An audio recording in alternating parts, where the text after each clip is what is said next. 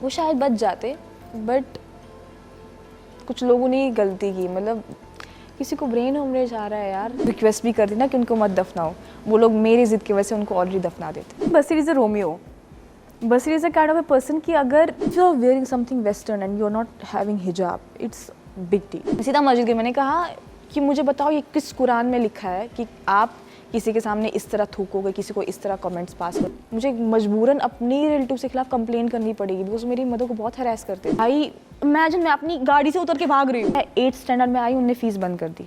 Physically तो मैं बहुत एक्टिव हूँ लेकिन मेरी सोल थक चुकी है। इसमें तुम्हारे बाप का खून है इसलिए तुम्हें उतारना पड़ेगा। No nothing about my father. In fact जिनके साथ उन्होंने शादी की उसके बाद उनकी 2 बेटियां हैं। मुनव्वर वाला मैंने मुनव्वर के लिए देखा था क्योंकि उसकी शायरी, मैं शायरी की बहुत शौकीन हूँ। आई टोल्ड गौरव खन्ना कि मैं हर वीक नॉमिनेट होने वाली हूँ।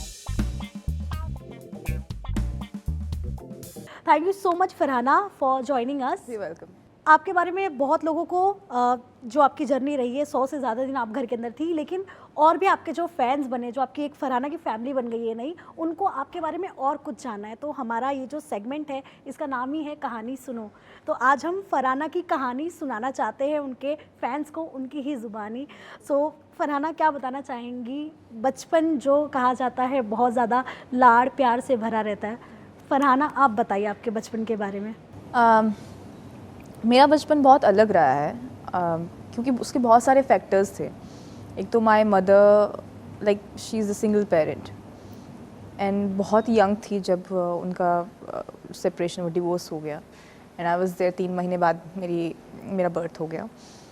तो ऐसा होता ना कि पूरे रिलेटिव्स चाहते थे कि वो अपनी लाइफ नए से स्टार्ट करे।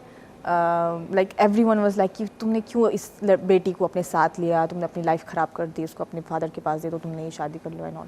बट मेरी मदर ने कभी वैसा किया नहीं। She did not marry again. She was like कि मैं नहीं चाहती मेरी बेटी की बेकदरी हो। बेटियों की बहुत, मेरी माँ को बहुत प्यार है बेटियों से, बहुत कदर करती है बेटियों की। एंड उसके बाद मेरा लाइफस्टाइल अलग था पूरे घर से, मेरे घर का माहौल अलग था। I belong from Muslim orthodox family who strongly follows religion to some extent, because कहीं ना कहीं फिर एक वो भी फैक्टर आता है कि कहीं हमसे आगे ना निकल जाए। वो बहुत बार मुझे देखने को मिला है। और जो बाकी फैमिली मेम्बर है वो मुझे हैंडल नहीं कर पाते, तो फिर मैं बहुत पूरा दिन कभी रोती थी, पूरा दिन रोती रहती थी, एक ही कमरे में रहती थी। तो कभी कभी आपको लगता नहीं, आपको लगता है बच्चा अभी रो रहा है, बस चुप हो जाएगा। बट मुझे अभी भी वो पल याद है जब मेरी माँ कहीं निकलती थी और मुझे कमरे में रखते थे कि ठीक है रोएगी, खुद चुप हो जाएगी। वो एक ट्रॉमा जो है ना वो आपके माइंड में रह जाता है।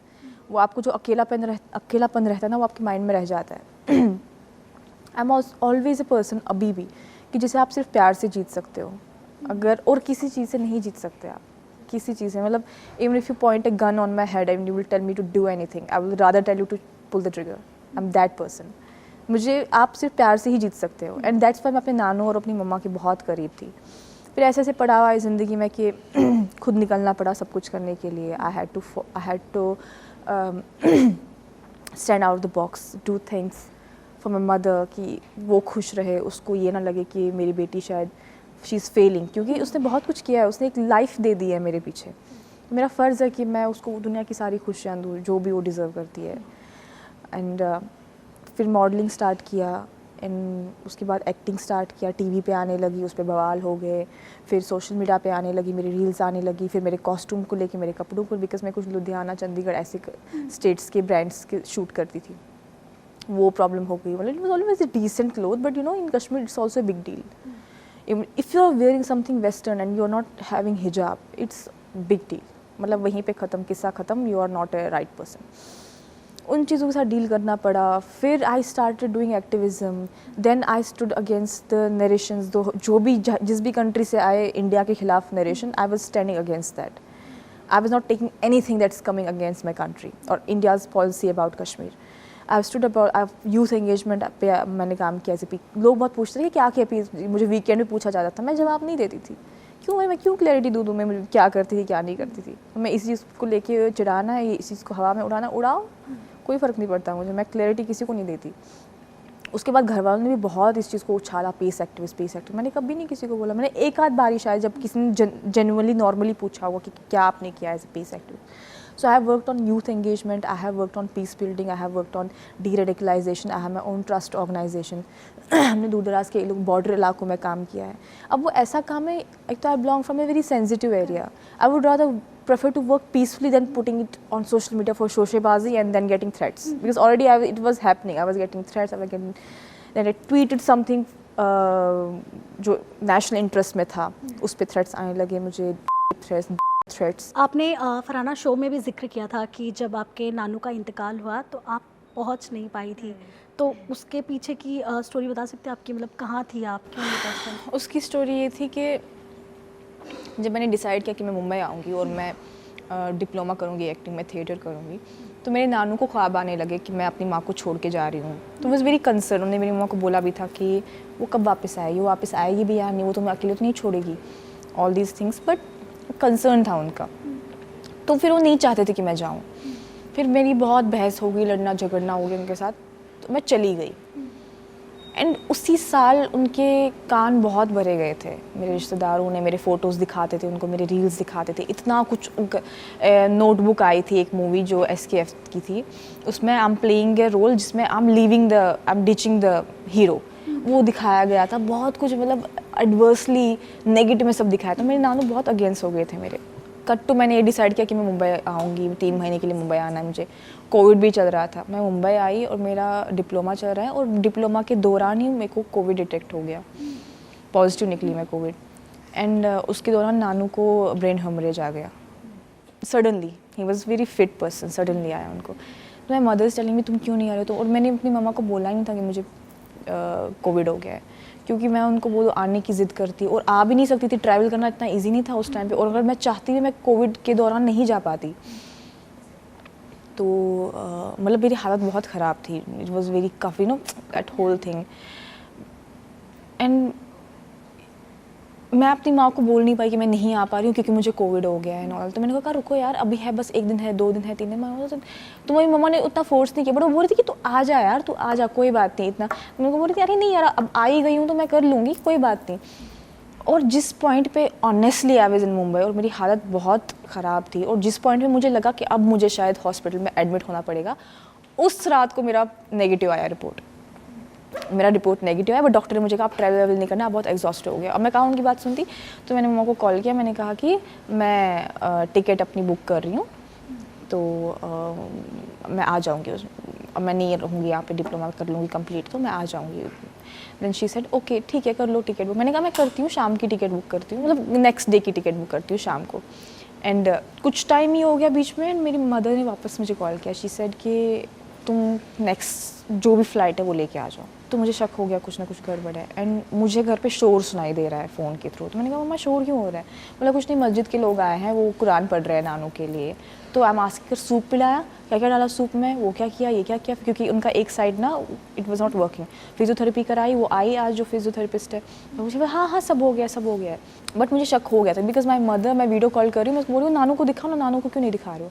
वो डॉज कर रहे हैं मुझे. बट आई अंडरस्टूड कुछ ना कुछ. और मेरा जो वो सफ़र था ना, वो 3 घंटे की flight from Mumbai to Srinagar, that was the worst. I was crying in craft, I was crying at airport. और नेक्स्ट डे मैं पहुंची तो आई गॉट टू नो वो शाम को ही गुजर चुके थे, उनको दफना दिया गया था. और आई टेल यू समथिंग, अगर मैं रिक्वेस्ट भी करती ना कि उनको मत दफनाओ, वो लोग मेरी ज़िद की वजह से उनको ऑलरेडी दफना देते. उनको पहले ही दफना दिया गया था. मैं उनको देख भी नहीं पाई लास्ट में. लास्ट उनसे आपकी जो बात हुई थी वो याद आती है आपको? लास्ट में जब बात हुई थी, he was not able to talk.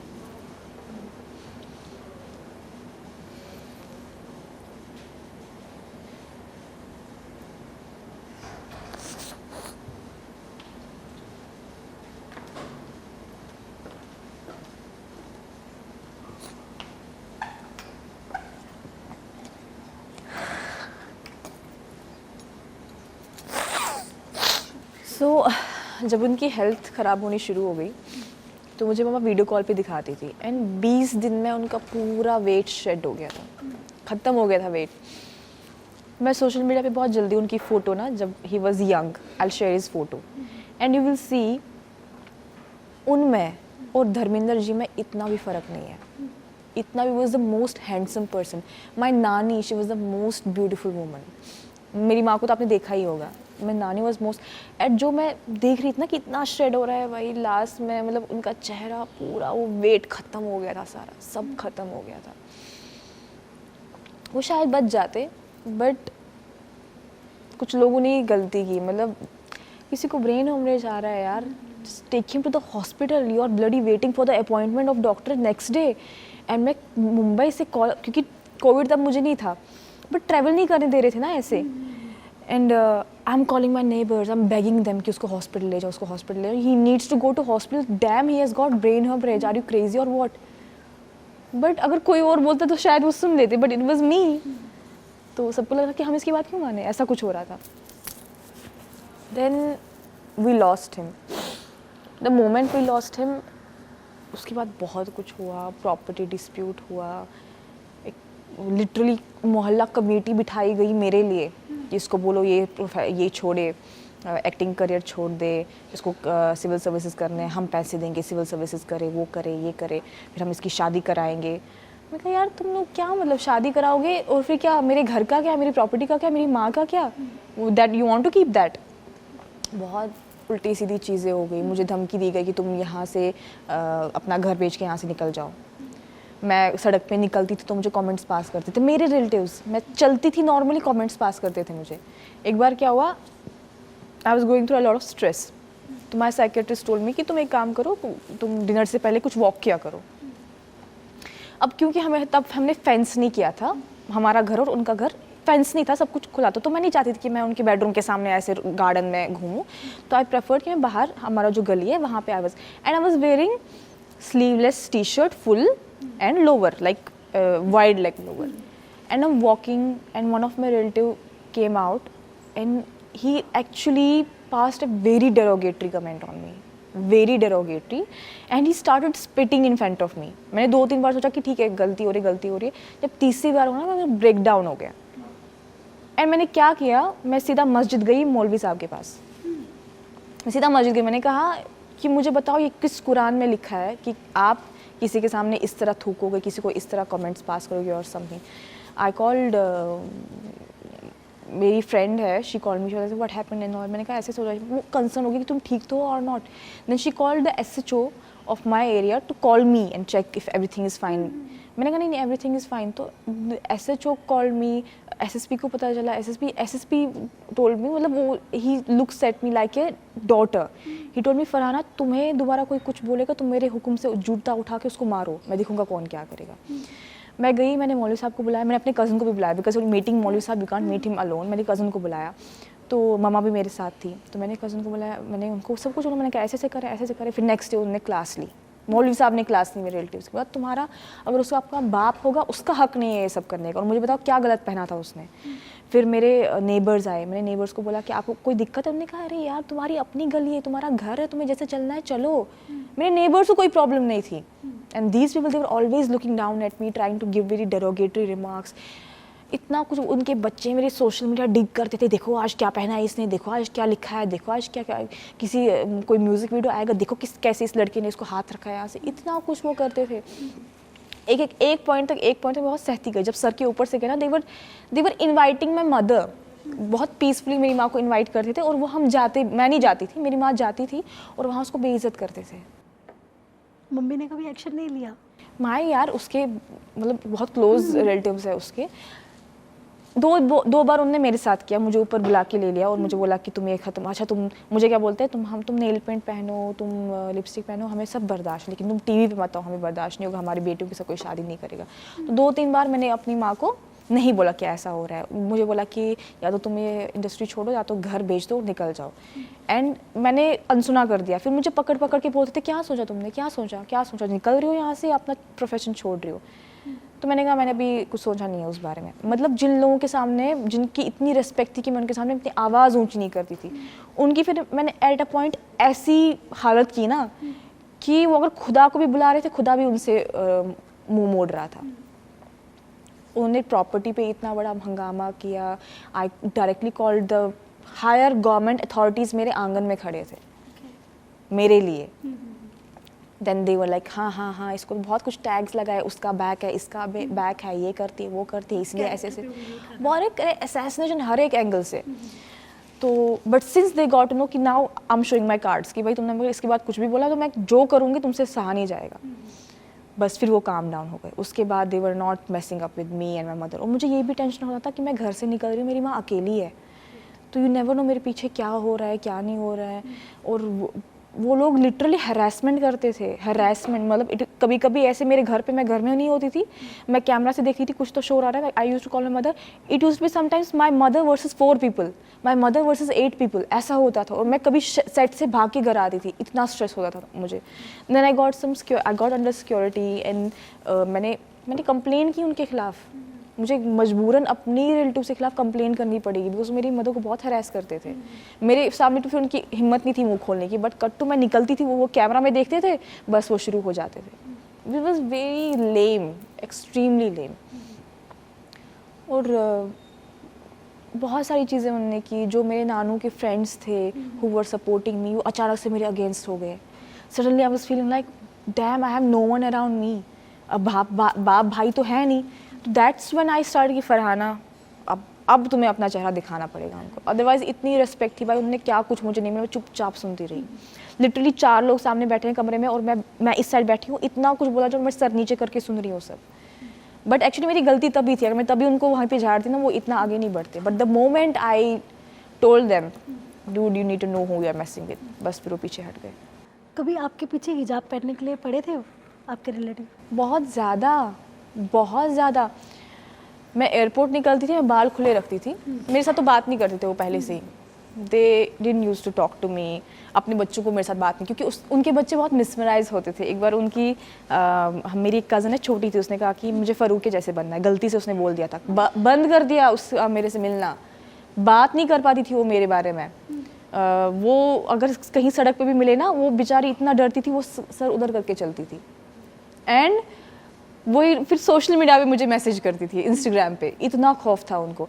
हिजाब का तो यार पूछो मत। कभी कभी पता क्या होता था, जब अभी फैमिली पिकनिक पे जाते हो आप, मुझे नहीं ले जाते थे फैमिली पिकनिक पे, सबको लेते थे, मुझे नहीं ले जाते। फिर मेरी माँ ने एक बार बोला कि मैं नहीं आऊँगी मेरी बेटी को तुम लोग नहीं ले जाओगे तो अब कभी हमें आउटिंग होती थी फैमिली पिकनिक, तो पहले मेरे घर आते थे देखने कि मुझे क्या पहनना है। और मेरी माँ को बोलती अगर ये सूट पहनेगी और सर पे हिजाब करेगी तभी हम ले जाएंगे इसको।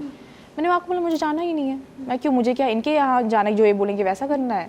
मैं कहा ठीक है हिजाब करना है। अपनी वैसे नहीं, मैंने कभी हिजाब नहीं किया, मैंने किया है बहुत बार किया। मैं अपनी स्कूलिंग में मैंने कुछ टाइम हिजाब किया है। मैं I pray, I go to shrines and all, मैं हिजाब करती हूँ।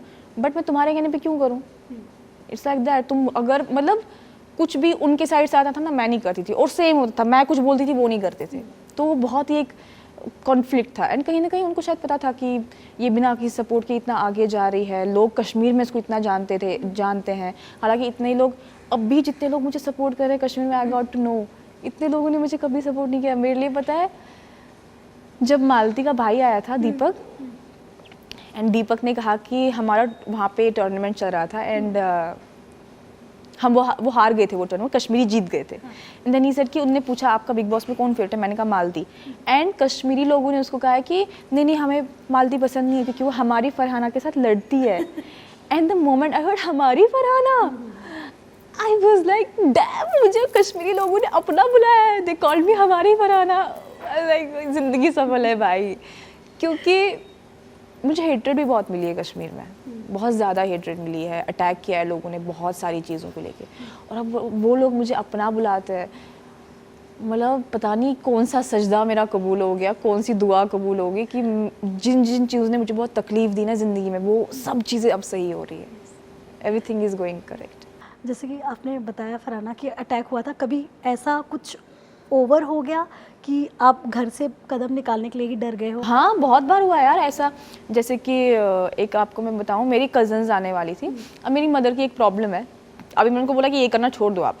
अभी अगर हमारे घर में मेहमान आ रहे हैं तो हम किसी को भेजेंगे हेल्पर को कि ये लेके आओ, मैं लिस्ट देती हूँ। तो मदर इज़ लाइक कि नहीं मैं खुद जाके लाऊंगी, उनका वो चीज़ है। तो मेरी मदर की हेल्थ ठीक नहीं थी और मेरे कुछ रिलेटिव्स आने वाले थे, तो मम्मा ने कहा कि तुम जाओ, नहीं तुम जाओ, इसको नहीं आएगा लाना, ये कुछ भी लाता है, तुम जाओ। मैंने कहा ठीक है। अब मैं गई तो मैं अपनी गली के स्टॉप पे एक डिपार्टमेंटल स्टोर में हूँ, ठीक है, बैंक के साइड में डिपार्टमेंटल स्टोर, बैंक के साइड में दूसरी एक गली जाती है जो कनेक्टेड रास्ता है। तो मैं गाड़ी में हूँ, मैंने गाड़ी साइड में लगाई एंड मैंने जो खरीदना था मैंने खरीदा और मैं निकली। गाड़ी में आई तो सामने 2 लड़कों ने ऐसे बाइक रोक दी मेरे सामने, और मैंने क्या बेवकूफ़ी कर दी, जो हेल्पर है उसको मैंने कहा कि तो अभी रुक जा यहीं पे, उसको कुछ ATM से निकाला था, मैंने कहा तू रुक जा, मैं आती हूँ वापस, मुझे घर से भी लानी है कुछ चीज़ें, क्योंकि हमें उसके बाद मार्केट नीचे जाना था, मेन मार्केट में। एंड वो था नहीं गाड़ी में, अकेली हूँ। अब जब कट्टू ये रुके, मुझे लगा ठीक है कोई बात नहीं, ये तो लोग रुकते हैं ऐसे बात करने के लिए। एक बंदा साइड में आया, उसने शीशा नीचे था, उसने साइड मिरर को ऐसे पकड़ा and he started telling me, मुझे पता है तुम क्या करती हो, तुम्हें क्या लगता है, तुम एक्टर दिखाते हो, तुम कश्मीर बहुत कुछ बोला, तुम कश्मीरी लड़कों के खून पे बिजनेस करती हो, बहुत कुछ बोला। एंड जिस एरिया में मैं रहती हूँ ना, that's a very volatile area, and he literally told me कि तुम्हें दोबारा मैंने कभी इस यहाँ से क्रॉस करते हुए देखा तो तुम्हारे माथे पे गोली लिख के, ऐसी ऐसी चीज़ें। भाई इमेजिन, मैं अपनी गाड़ी से उतर के भाग रही हूँ, मुझे ये नहीं कि मैं गाड़ी स्टार्ट करूँ, मैं गाड़ी से उतर के भाग रही हूँ, और मैं पता नहीं किस घर में घुस गई, पीछे वाले, एक छोटा दरवाज़ा था, मैं अंदर घुस गई पीछे वाले दरवाजे से, और मैं अंदर बैठी हूँ। मैं दरवाजे, मैंने नॉक किया दरवाज़ा, मैं साइड में एक पता नहीं क्या कुछ गमला चलना था, मैं बैठी हूँ, और मैं कितना शिवर कर रही थी, और मेरा फ़ोन भी गाड़ी में, और गाड़ी खुली है। तो फिर 15 मिनट तक उनको अंदर भी समझ नहीं आया कि कोई आया है। फिर मैं थोड़ा अंदर गई, मैंने नॉक किया, तो वहाँ से एक दो आदमी, मैंने बोला क्या हुआ, मैंने कहा अंकल ऐसे हो गया। फिर वो डिटेक्ट भी हुए CCTV कैमरा में। फिर मेरे SHO ने कहा था, कंसर्न SHO, कि तुम ये करो, कंप्लेन करो एंड ऑल, तुम ये FIR लिखो। मैंने कहा क्या FIR लिखूँ मैं, इन चीज़ों में मुझे पढ़ना ही नहीं है। तो वो हो गया, बहुत सारे इंसिडेंट्स हुए हैं। मैं कहीं चल रही थी और सामने से गाड़ी, बहुत कुछ, मेरी फ्रेंड, मेरी और भी 2-3 फ्रेंड्स हैं जो एक्टिविस्ट है। तो अब क्या, when you are activist you work with everyone, तो हमें टैग्स लग जाते थे पार्टीज, पॉलिटिकल पार्टीज के। तो फिर उस हिसाब से भी हमें बहुत परेशान किया जाता था कि इनका चक्कर ही, हाँ इनका ये तो, हाँ ये तो उस पार्टी के साथ है, ये तो इस पार्टी के साथ है, बहुत कुछ चलता था वहाँ पे। एंड एक बार I was in, and being a girl, वो सबसे पहली वो स्ट्रगल थी, पहला वो हिंड्रेंस था कि you are a girl. I was in London, मैंने एक पैनल पे एज ए स्पीकर थी वुमेंस डे पे। तो मुझे पूछा गया कि कश्मीर में आप कैसे देखते हो लीडरशिप फीमेल की। मैंने कहा नहीं है, वहाँ पे कोई स्कोप नहीं है फीमेल लीडरशिप का। We have leaders like Mehbooba Mufti is because of her father. You see who else have you seen as chief minister और someone you look up to कि चीफ मिनिस्टर बनेगी। इसलिए नहीं कि वो काबिल नहीं है, इसलिए क्योंकि उनको रास्ता नहीं देंगे बाकी लोग। That's the thing. स्कूलिंग कैसी थी आपकी? स्कूलिंग मेरी बहुत मस्त थी, लेकिन शिफ्ट हो रही थी, कभी दिल्ली, कभी जम्मू, कभी कश्मीर, ऐसा हो रहा था। और स्कूलिंग में आई वाज टॉपर, मतलब ऑल राउंडर, हर एक चीज़ में मैं आ गई थी अपने। और क्लास 8 तक मेरे रिलेटिव्स मेरे स्कूलिंग का खर्चा उठाते थे। तो फिर मतलब 7 शिफ्ट क्यों हो रही थी आपकी? क्योंकि मेरी खाला नानी जो है वो दिल्ली में थी पहले। हाँ, तो वो दिल्ली में थी and my mom was looking for some job. और जो खाला नानी की बेटियां थी वो they were in US, they are settled in US right now, US, Dubai, Qatar and all. तो उन्होंने कहा कि तुम आ जाओ विंटर्स के लिए, वैसे भी हम वहाँ जाते थे। And my mom used to do some job there, ठीक है। एंड क्योंकि मेरी मम्मा को टाइप राइटिंग वो सब आती थी, बहुत अच्छी स्पीड थी उनकी, वो काम करती थी वहाँ पे। फिर एट द एंड हमें वापस आना ही पड़ता था कश्मीर। फिर हम विंटर्स के लिए जम्मू जाते थे, फिर वापस आते थे, ऐसा कुछ हो रहा था। बट जब क्लास 8 नहीं, मतलब 7 एंडिंग तक मेरे relatives were taking care of my fees and all. And अचानक से मैं 8th स्टैंडर्ड में आई, उनने फीस बंद कर दी सब, और मुझे प्राइवेट स्कूल से निकल के गवर्नमेंट स्कूल जाना पड़ा। And that's when I started doing modelling because I had to. मैंने 8th के बाद मैंने जितना भी पढ़ा है ना, मैंने अपना पैसा लगाया अपने पढ़ने में, अपना पैसा सारा लगाया अपने पढ़ने में। मैंने कभी स्कॉलरशिप्स मुझे बहुत मिली है, स्कॉलरशिप्स मिली है मुझे, I earned and then I used on myself. मतलब कभी ना लाइफ ने चॉइस ही नहीं दी। कभी ऐसा होता ना कि शायद आपके पास थकने का भी चॉइस हो। कभी मुझे ऐसा लगता कि यार फिजिकली तो मैं बहुत एक्टिव हूँ, लेकिन मेरी सोल थक चुकी है। मैं 2-3 दिन I want to shut down the whole world. It was like that. तो I have been through extremely worse. So when you say कि बिग बॉस में वो हुआ, ये हो, वो तो मुझे इतनी फील ही नहीं हुई वो चीज़ें। कभी अपना बचपना मिस करते हो आप? क्योंकि कहा जाता है ना, बच्चे का बचपना उसके माँ बाप से ही जुड़ा होता है। बट आप तो बचपन से ही इतनी सारी चीज़ें आप जो फेस कर रही हैं। बचपन से ही ना I was very mesmerising child in my whole family. लेकिन वो एक, मतलब अगर मैं अपने पूरे बचपन को और अभी तक के अपने सफ़र को बोलना, तो वो नहीं कहते हैं खूबसूरत चीज़ें बहुत ही ख़तरनाक भी होती हैं, तो मेरे साथ वही होता है हमेशा। तो बचपन का मेरा उतना कोई ख़ास मेमोरी नहीं है, सिर्फ मेरे नानू के साथ है, मेरी मदर के साथ है, दैट्स इट। कभी कभी ऐसा होता कि मुझे अपने रिलेटिव्स ही बचपन में मुझे बुली करते थे, कि मैं नेल पेंट लगाने की शौकीन थी। तो I remember I was very young और मेरी मम्मा अभी भी मुझे बोलती तुझे कैसे याद है कि उस दिन किसने क्या बोला था। तो मैंने नेल पेंट लगाई थी रेड कलर की और मेरे पूरे घर में मेरी मम्मा को सबने बोला कि यार इसको कोई हटवाओ हटवाओ, ये हटवाओ, बहुत बड़ा हंगामा हो गया। मैंने कहा मैं नहीं हटाऊंगी। अब मुझे मैंने उस पर रोया धोया बट मैंने नहीं हटाया। तो फिर मेरे रिलेटिव्स मुझे बोलने लगे, तो मैंने बहुत ही प्यार से और पूछा कि मुझे पहले बताओ इसमें प्रॉब्लम क्या है नेल पेंट लगाने में, क्यों हटाना है, उसके बाद मैं सोचूंगी मुझे हटाना या नहीं। दे स्टार्ट सेइंग कि it was since it was red nail paint, so they give very hard statement like इसमें तुम्हारे बाप का खून है इसलिए तुम्हें उतारना पड़ेगा। एंड मेरी माँ वहाँ थे एंड मेरी माँ ने फिर कमरे में जाके इतना रोया है and my mother is still like तुम्हें कैसे याद है उस दिन किसने क्या बोला एग्जैक्टली। मैंने कहा क्योंकि यार और ना पता नहीं मैं बहुत सारी चीज़ें जिनको मैं कभी फ्रेम शायद नहीं कर पाऊँगी, अभी भी नहीं कर पा रही हूँ, but it has been a lot for me on times, a lot. Like जो मैं प्यार डिज़र्व करती थी ना वो कभी मिला नहीं है मेरे को बचपन से। I never got it, but अब इतना मिल रहा है कि अब ऐसा हो रहा है कि जैसे कि बिग बॉस अच्छा। और एक लाइफ की मेरी प्रॉब्लम है, अगर कोई ज़्यादा अच्छा बन रहा है मेरी तरफ तो मुझे टेंशन हो जाती है कि इसको मेरे से क्या चाहिए, इतना अच्छा क्यों बन रहा है। मतलब इतना आपने तकलीफ देखा है कि आपको डाइजेस्ट नहीं हो मुझे पाता है। डाइजेस्ट नहीं होता। जैसे बिग बॉस में भी पहले जब कुनिका जी और मेरे टर्म्स, तो कुनिका जी मुझे कभी वहाँ से लाके इधर पूरी रख देती थी, मुझे टेंशन ये पूरी क्यों रख रही है वहाँ, उसको क्या चाहिए मेरे से, मुझे लिटरली इस चीज़ की टेंशन हो रही है। मैंने कितनी बार बोला भी है उनको और वो तो बहुत मजाक उड़ा देते फिर इस चीज़ का। तो आपका माइंड सेट, आपकी पर्सनैलिटी उसी हिसाब से शेप होती है ना जो आपने लाइफ में एक्सपीरियंस किया हो। अपने पापा के बारे में कुछ बात करना चाहेंगी Farhana? I don't know anything about him. मैं अपने फादर के साइड से कुछ भी, मेरे कितने अंकल से मुझे कुछ नहीं पता, मेरे कितने कज़न से मुझे कुछ नहीं पता, किसी का नाम भी मुझे नहीं पता। I know nothing about my father. In fact जिनके साथ उन्होंने शादी की उसके बाद उनकी 2 बेटियां हैं, उनको जानती हूँ मैं बस। उनके साथ मेरा बहुत अच्छा बॉन्ड है। They come to my home, they talk to my mother and all. In fact वो शायद अगले हफ्ते मुंबई भी आने वाली है। 2 है उनकी बेटियाँ, तो उनके साथ इनफैक्ट जो छोटी वाली है ना उसकी और मेरी बहुत सारी चीज़, उसकी और मेरी शक्ल भी ऑलमोस्ट मिलती है, बहुत सारी चीज़ें मिलती है हमारी। बट वो बहुत ज़्यादा इनोसेंट है, वो she is not smart, she is very innocent because she has both of them they have went through a lot, they have went through a lot. So उनके साथ मेरा टर्म है बस, और किसी को नहीं। Neither I want to know any of them. तो आपको ये भी नहीं पता होगा कि वो आप दिखते कैसे हैं? ना। ऑल्सो फरहाना, जो जहाँ से मतलब आप बिलोंग करती हैं वहाँ से एंटरटेनमेंट इंडस्ट्री में आना, वो डिसीजन लेना ही अपने में एक कह सकते हैं ना टास्क रहा होगा आपके लिए। मम्मी को उस चीज़ के लिए कितना सेक्रीफाइस करना पड़ा कि मतलब हाँ तू, मतलब एक होगा ना मम्मी ने हार मान ली होगी कि ठीक है तू जा, क्योंकि जब घर वाले कहते रहोगे तो एक बार उनके भी जहन में आया होगा कि नहीं फरहाना तू इतना बड़ा डिसीजन मत ले, बट आपकी ज़िद के आगे उन्होंने कब हार माना? जब मैंने मॉडलिंग स्टार्ट की ना वो एक मजबूरी थी, and I was modelling for Kashmiri outfits. बस एक चैलेंज था मेरे सामने कि मुझे सोशल मीडिया पे आना है, मुझे टीवी पे आना है।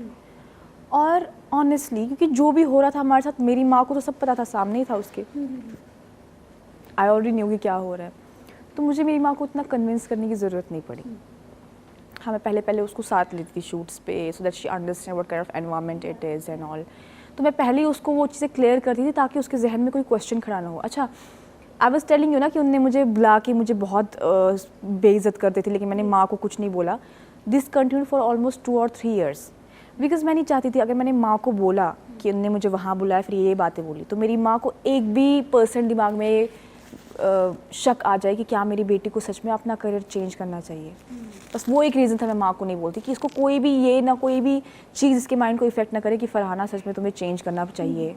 तो इसी लिहाज से मैंने कभी उसको कुछ नहीं बोला ताकि वो अपना डिसीजन ना चेंज करे। मेरी माँ ही मुझे ना बोल दे कि नहीं सच में तुम्हें चेंज करना चाहिए और anything. That was the reason. मैंने हर एक नेगेटिविटी को उनसे दूर रखा and I kept her mind very fresh. I kept sharing everything with her, क्या होता है क्या नहीं होता है। उस सेट पे साथ लेके जाती थी, जिन लोगों के साथ शूट होता था उनसे मिलाती थी, लाइन प्रोड्यूसर से मिलाती थी, डायरेक्टर से।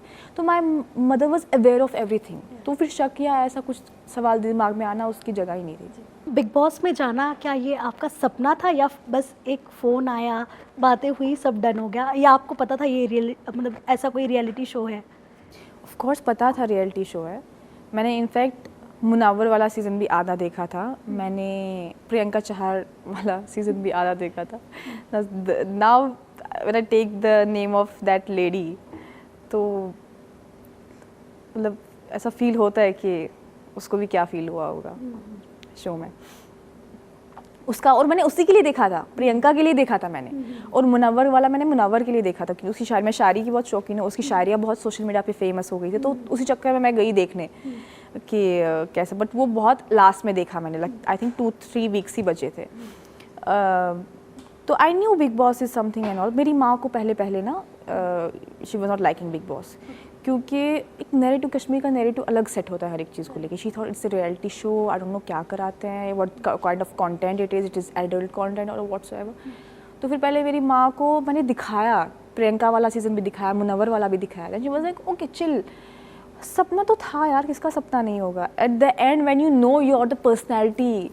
और जब मेरा इंटरव्यू हुआ था, मैंने बोला था उनको कि आज तक मेरी जैसी पर्सनैलिटी नहीं आई है बिग बॉस में। ये मेरे वर्ड से पूछ लेना आप क्रिएटिव से, मैंने ये जो मैंने बोला है ना, एक एक बात, अब मेरी बात हुई क्रिएटिव से, and they are very super proud of me, super proud. अब वो बात ट्रॉफी कहाँ जाके कहानी, वो वोट्स की बात होती है, but they are super proud. They were like तुमने जो मीटिंग में बोला है, हम एक हफ्ता देख रहे थे, हाँ कर रही है, अरे ऐसी है भाई, इसे बोला था कि ऐसी है, and all that stuff.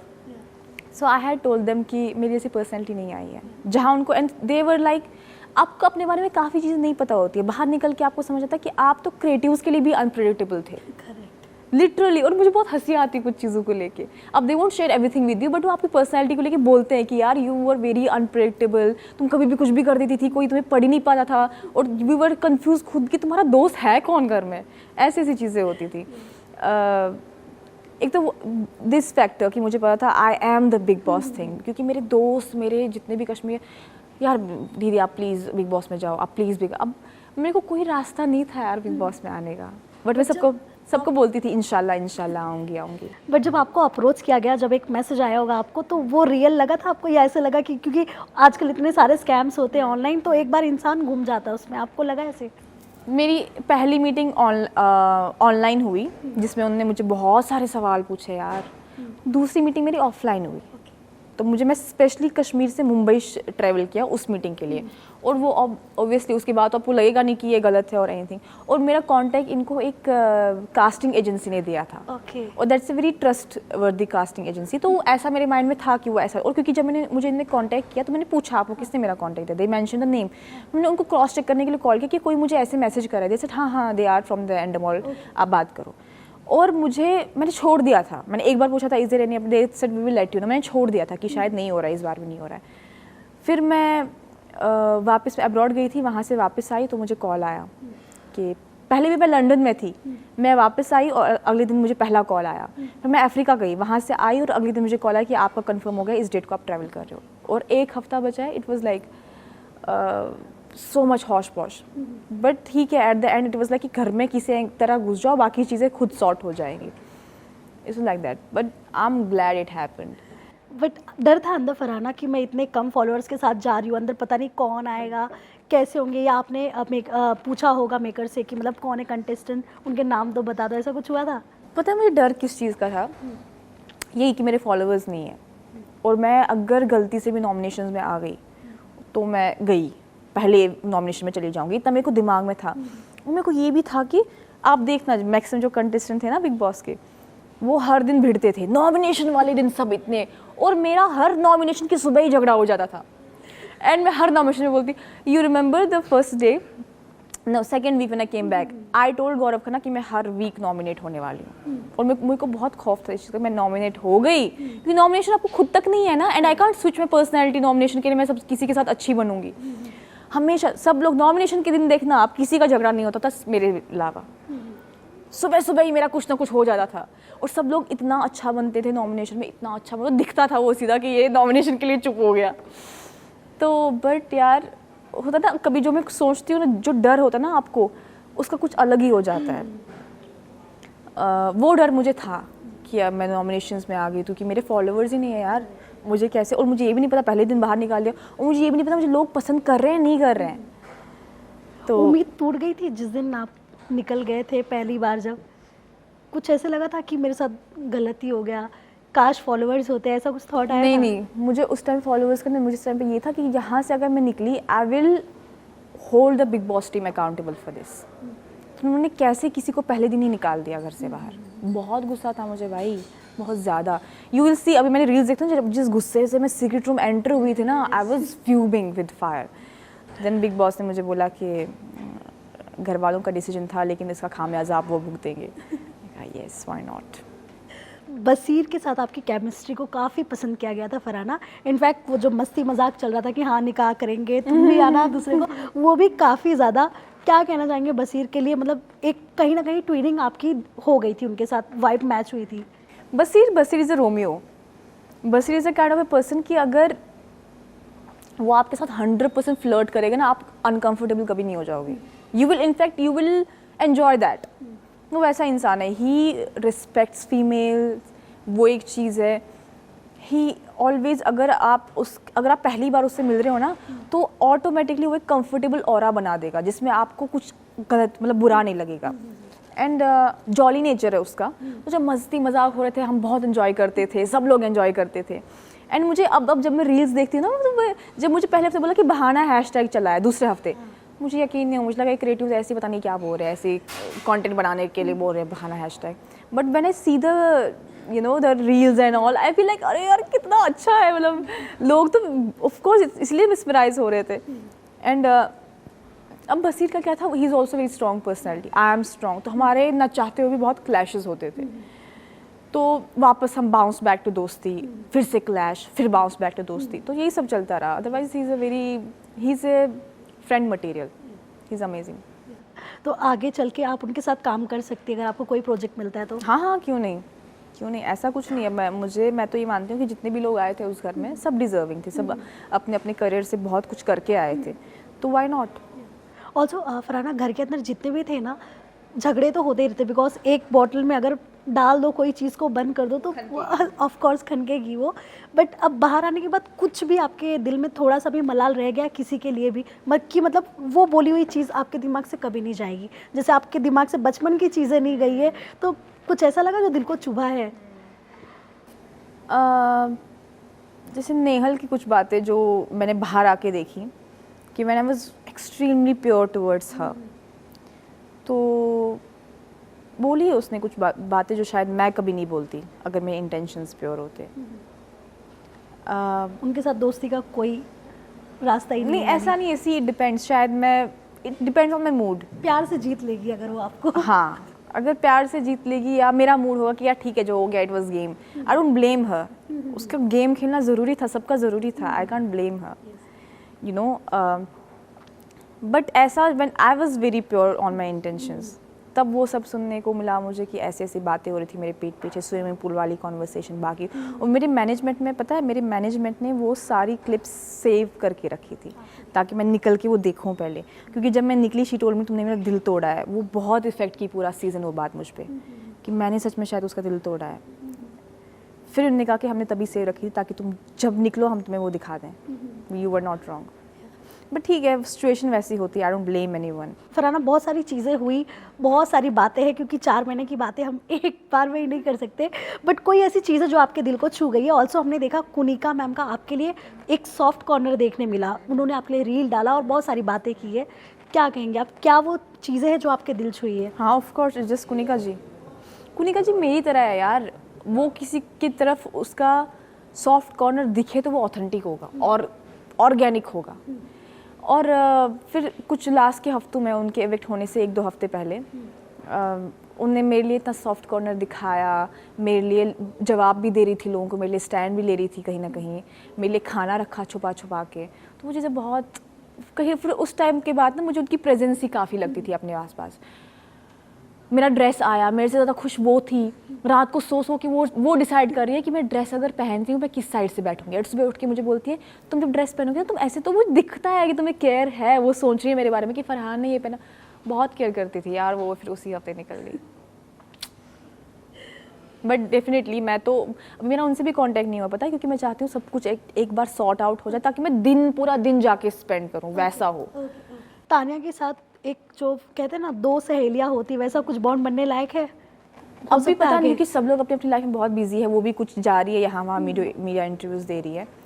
I am not sure, I don't know, but it depends कि हमारा कांटेक्ट कैसे वापस हो रहा है, क्या हो रहा है, कैसे हम वापस कांटेक्ट में आते हैं, उस पर डिपेंड करेगा। कोई ऐसा है जिसके साथ आप बिल्कुल कांटेक्ट रखना ही नहीं चाहती हैं? बहुत है। 1-2 नाम अगर आप बता दें। जैसे जिनके साथ मेरा कोई एंगल ही नहीं था किसी थ्रू आउट सीजन, जैसे मृदुल है, no hate for him, but कोई एंगल ही नहीं था। मृदुल है, I think Mridul was the only person जिसका मेरा कोई मतलब no hate for him, is a very nice person, very raw, but कुछ था नहीं मेरा उसके साथ, ना दोस्ती ना दुश्मनी, नथिंग, नन। तो ऐसा नहीं है कि I will not like to be in contact with him, मुझे लगता है बहुत कम कॉन्टैक्ट रहेगा उसके साथ। बट आगे से अगर कुछ एफर्ट्स आया तो आपके तरफ से भी एफर्ट्स होगा। हाँ हाँ, आई respect the efforts. Thank you so much Farhana and all the best. ऐसे ही आप आते रहिए, किसी कोई नया प्रोजेक्ट आने वाला है आपका, बिकॉज ऐसे चल रहा है कि आप खतरों में भी जा सकती हैं, कि आपका म्यूजिक वीडियो भी आ रहा है। दरअसल अभी मैं उस पोजीशन पे हूँ जहाँ मैं अकेले डिसीजंस नहीं ले सकती, सो बहुत सारे ऑफर्स आ रहे हैं, बहुत बड़े ऑफर्स भी आ रहे हैं, तो my management will sit and they will discuss with me, then we will take the decision, because ये वो ऐसा एक मुकाम है जहाँ आपको बहुत सोच समझ के कदम रखने पड़ेंगे। खतरों में देख सकते हैं आपको, वहाँ तो आप कर ही देंगे एकदम, जैसे बिग बॉस में गया। खतरों का खिलाड़ी मैंने बिग बॉस में खेल लिया, अब क्या बचा है। सो लास्टली क्या मैसेज देना चाहेंगे आपके फैंस के लिए? और एक वो जो मैं अपने फैंस को क्या मैसेज दूँ भाई, मेरे फैंस ने पूरी दुनिया को मैसेज दे दी है। मतलब rebellions they call themselves. Yeah, rebellions. है वो rebels, I understand. I appreciate यार, मैं अंदर एक जंग लड़ रही थी, मतलब घर के अंदर मैं एक जंग लड़ रही थी और बाहर वो लोग दूसरी जंग लड़ रहे थे। तो जो अभी है ना, जो नाम कमाया है मैंने, वो उनके सपोर्ट के बगैर पॉसिबल नहीं था। It was not, I was nothing without them. I am nothing without them. सो कितना बोलूँ मैं यार, लॉट्स ऑफ लव, तुम लोगों ने दिल जीत लिया है मेरा, और इतना इतना प्यार दिया है ना कि मेरे को जितने भी ट्रॉमा से सब भूल गई हूँ मैं। Everything I have forgotten, the kind of love you have given to me, thank you so much for everything, I love you guys.